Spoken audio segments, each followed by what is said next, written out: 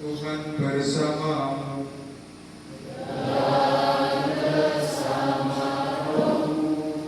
Inilah Injil suci menurut Lukas.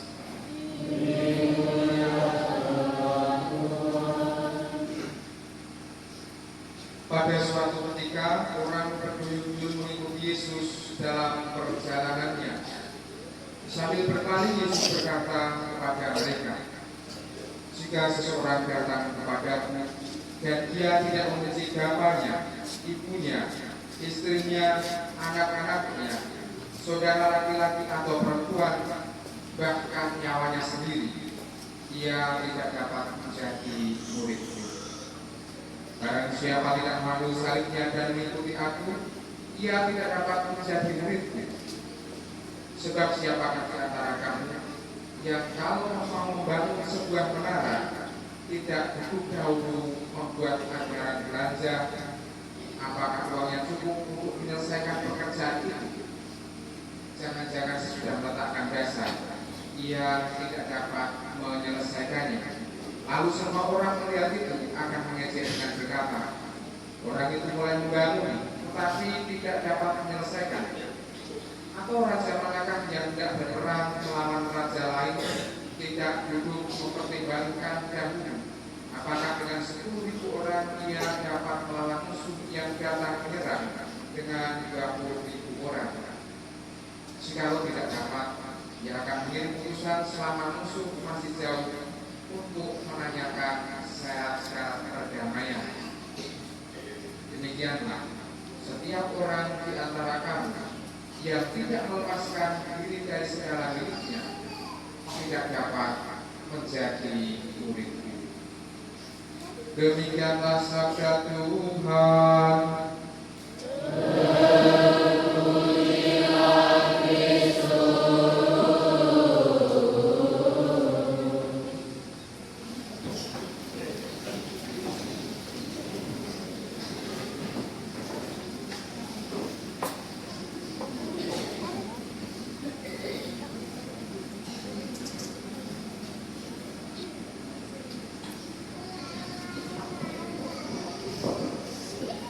Bapak, Ibu, dan saudara-saudari yang terkasih, selamat pagi.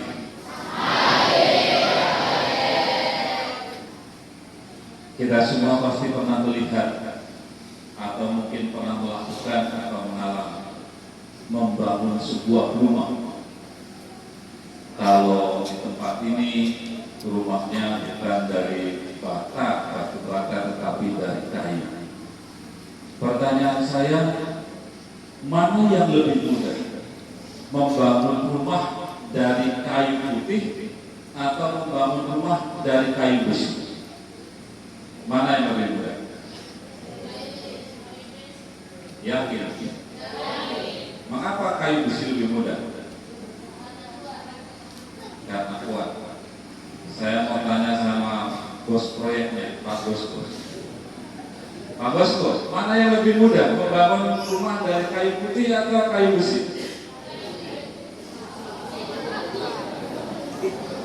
Namanya Pak Bosco. Bagaimana Pak Bosco? Lebih mudah membangun rumah itu dengan kayu putih. Karena apa? Karena dengan kayu putih itu sangat mudah. Mudahnya bagaimana? Pertama, kalau kita cari kayu putih itu gampang, di dekat-dekat sini ada. Sedangkan kayu besi di sekitar kita kayaknya sudah semakin jarang. Maka untuk mendapatkan kayu besi pasti Pak Bosco harus cari ke tempat yang lebih dalam, jauh dari sungai, lalu potong, lalu belah-belah.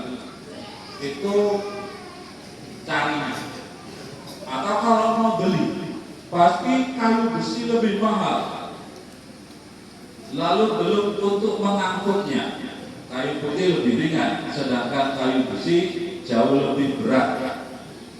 Lalu untuk memotong dan memakunya, karena kayu besi lebih keras, pasti tidak lebih mudah.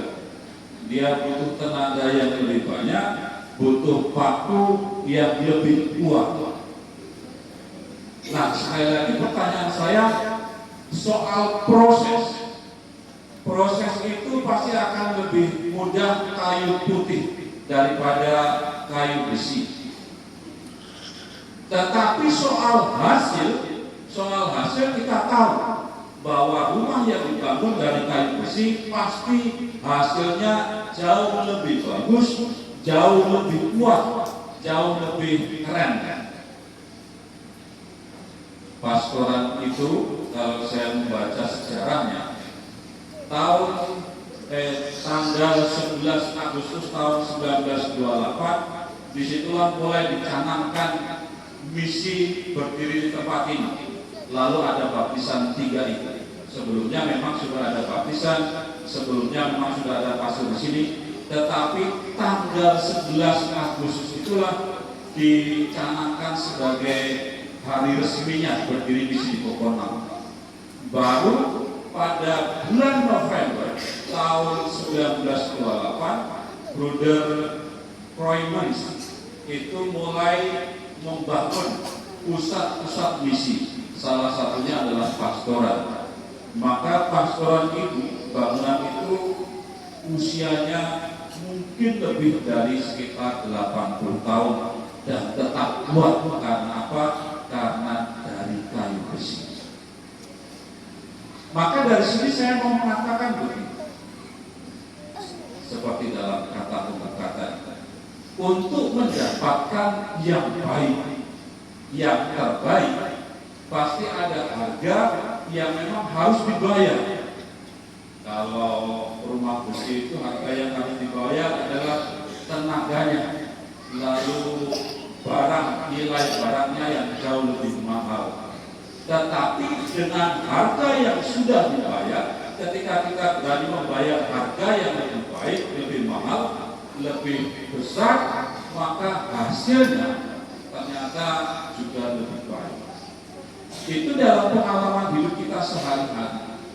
Nah, kalau kita masuk di dalam Injil hari ini, coba anak-anak serang, kalian tidak ngobrol sendiri.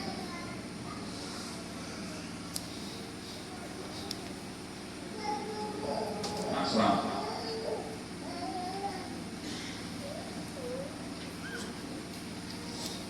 Minta tolong untuk tidak ngobrol sendiri.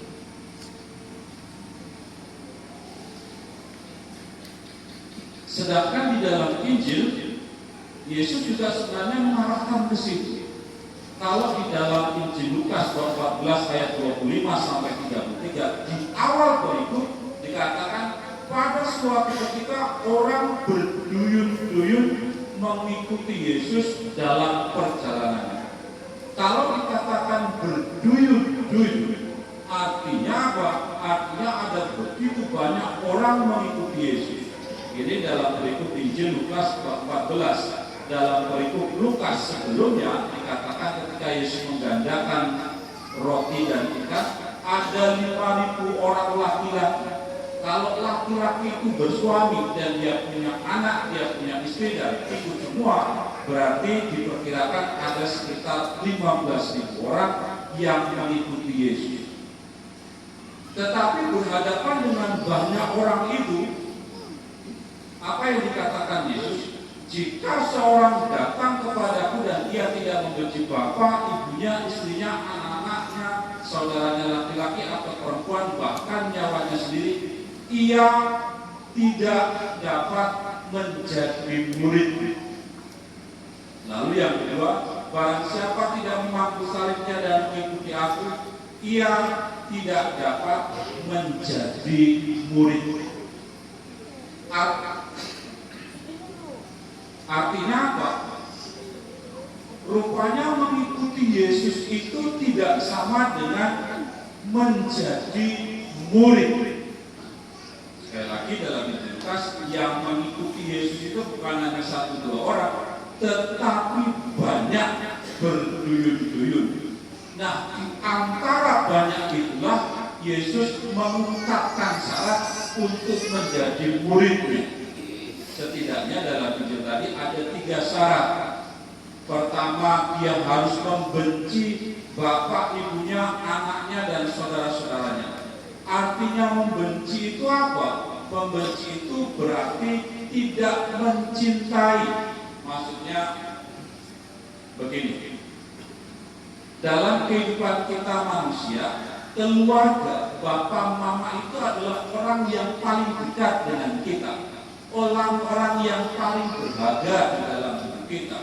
Maka Yesus mengatakan, kalau cinta kita kepada Tuhan tidak lebih besar daripada cinta kita kepada mereka, orang yang penting bagi kita, sebenarnya kita belum layak untuk menjadi muridnya. Atau dalam Injil Matius, pesan yang sama dikatakan begini, jika kamu mencintai lebih bapamu, mamamu, atau anak-anakmu, berarti engkau tidak layak. Sama dengan ayat ini, jika seorang datang kepada dia tidak membenci bapaknya, istrinya, dan anak-anaknya, dia tidak dapat menjadi murid. Bukan berarti Tuhan itu menghendaki kita membenci orang-orang yang dekat dengan kita, tidak. Tetapi sebaliknya, bahwa cinta dan kasih kita kepada Tuhan harusnya jauh lebih besar daripada kasih kita kepada bapak kita, mama kita, dan anak-anak kita. Itu syarat yang pertama. Lalu syarat yang kedua adalah ketika kita berani memanggul salib kita. Bukan berarti Yesus itu menghendaki kita mencari-cari salib untuk dipanggul, tidak. Tetapi mengikuti Yesus berarti harus juga siap memanggul salib. Lalu yang ketiga adalah syaratnya adalah mengikuti Yesus. 3 syarat itulah yang dikehendaki Yesus supaya kita bisa melakukannya dan membuat kita layak disebut sebagai murid-murid Yesus. 3 hal itulah yang menjadi harga yang harus kita bayar supaya kita layak menjadi murid-murid Yesus. Dan dalam ayat berikut Yesus mengatakan begini, demikianlah setiap orang di antara kamu yang tidak melepaskan diri dari segala miliknya, ia tidak dapat menjadi murid. Maka saudara-saudari yang terkasih, melalui Injil hari ini Yesus mau mengajak kita untuk menjadi bukan hanya sekedar mengikuti Yesus ke sana kemari, tetapi ketika kita memang sungguh-sungguh mau menjadi murid Yesus, berarti kita juga harus siap dengan komitmen, dengan segala konsekuensinya. Dan ketika kita berani membayar harga itu, disitulah kita disebut layak sebagai murid-murid Yesus. Maka saudara-saudari yang terkasih, apa hikmat yang bisa kita renungkan melalui bacaan kitab suci hari ini untuk hidup kita? Pertama, bacaan kitab suci hari ini menyadarkan kita semua bahwa kita semua, siapapun kita, itu dipanggil untuk menjadi kudus.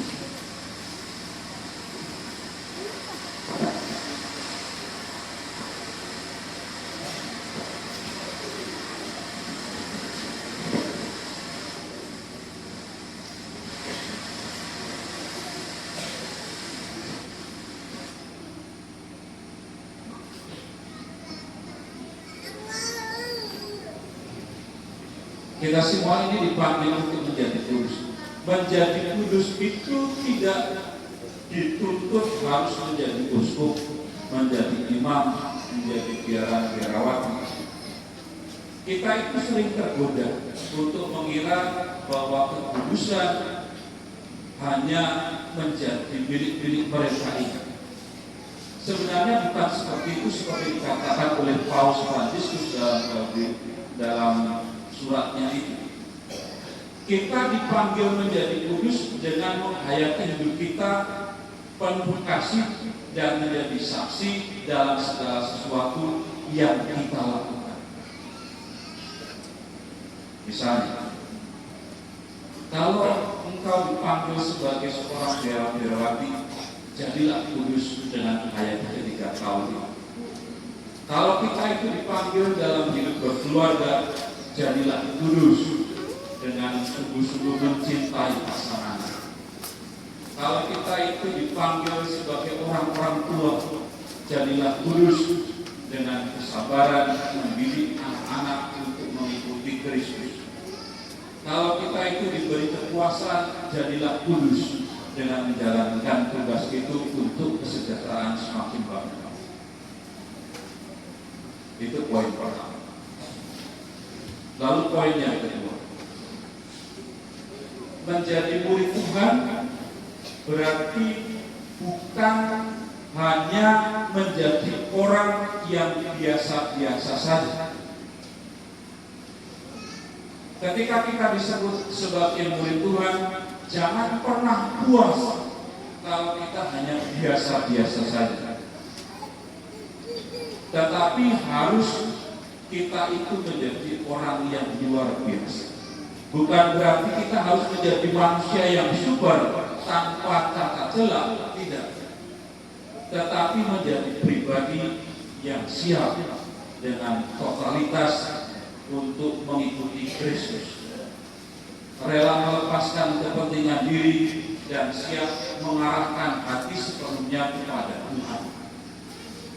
Dan inilah sebenarnya radikalisme kekristenan yang sudah ditanamkan Yesus sejak dulu terhadap ke-12 rasul.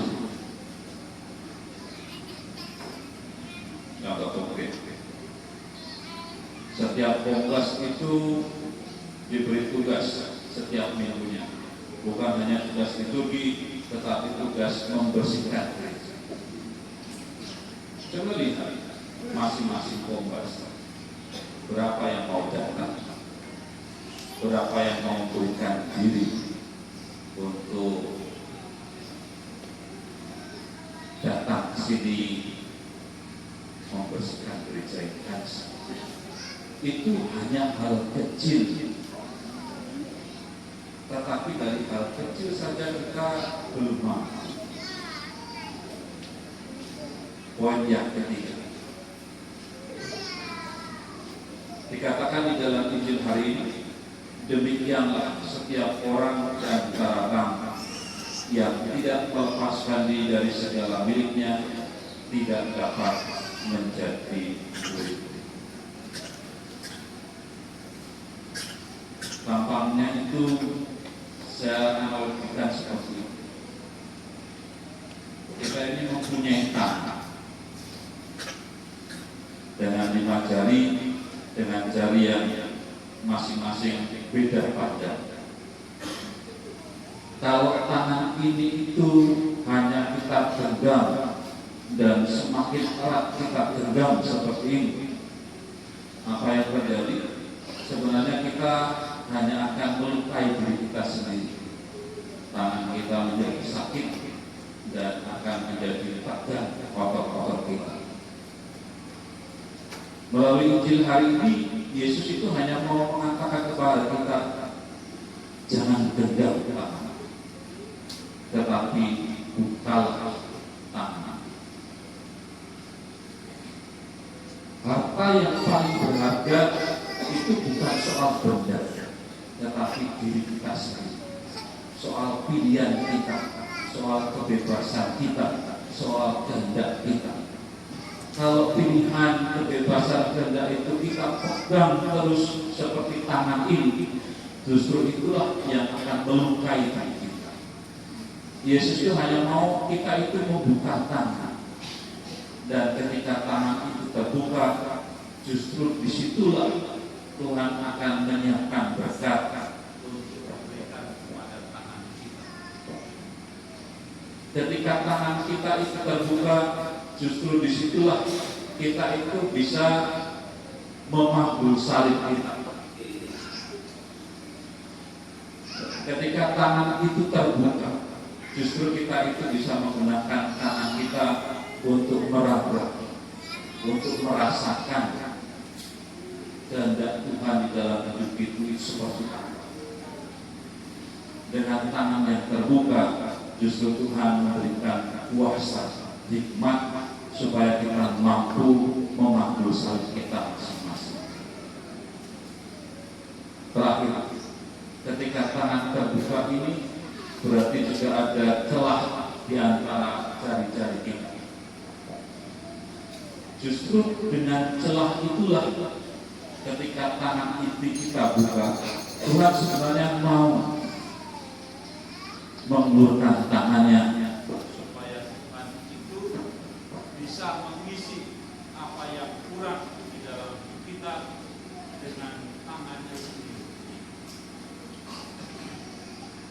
Dan ketika tangannya itu menyatu dengan tangan kita, justru disitulah hikmat Tuhan, kuasa besar itu menjadi di dalam diri kita. Maka ketika kita akhirnya dengan bersama dengan tangan Tuhan memanggul salib kita masing-masing, di situ kita akan menerima hikmat dari Tuhan supaya kita dengan tangan terbuka itu juga bisa mengulurkan tangan kepada orang lain, agar orang lain bersama dengan kita juga boleh mengalami kehadiran Tuhan. Maka saudara-saudari yang terkasih, hidup sebagai murid Kristus itu sebenarnya sangat sederhana. Tetapi kalau kita itu hanya mengandalkan diri kita, menggenggam terus kehebatan kita, justru disitulah beratnya. Tetapi ketika kita justru mau membuka tangan kita, disitulah berkat Tuhan melimpah di dalam diri kita. Bukan hanya berkat Tuhan, tetapi disitulah tangan Tuhan juga bekerja atas hidup kita. Maka mari dalam perayaan Ekaristi ini kita mohon rahmat Tuhan, agar dalam segala kekurangan kita dimampukan untuk terus berjuang, untuk terus berani membayar harga, sehingga pada saatnya nanti Tuhan sungguh-sungguh mengatakan kepada kita, kamu memang layak menjadi murid-murid. Berkat Tuhan menyertai kita semua. Amin.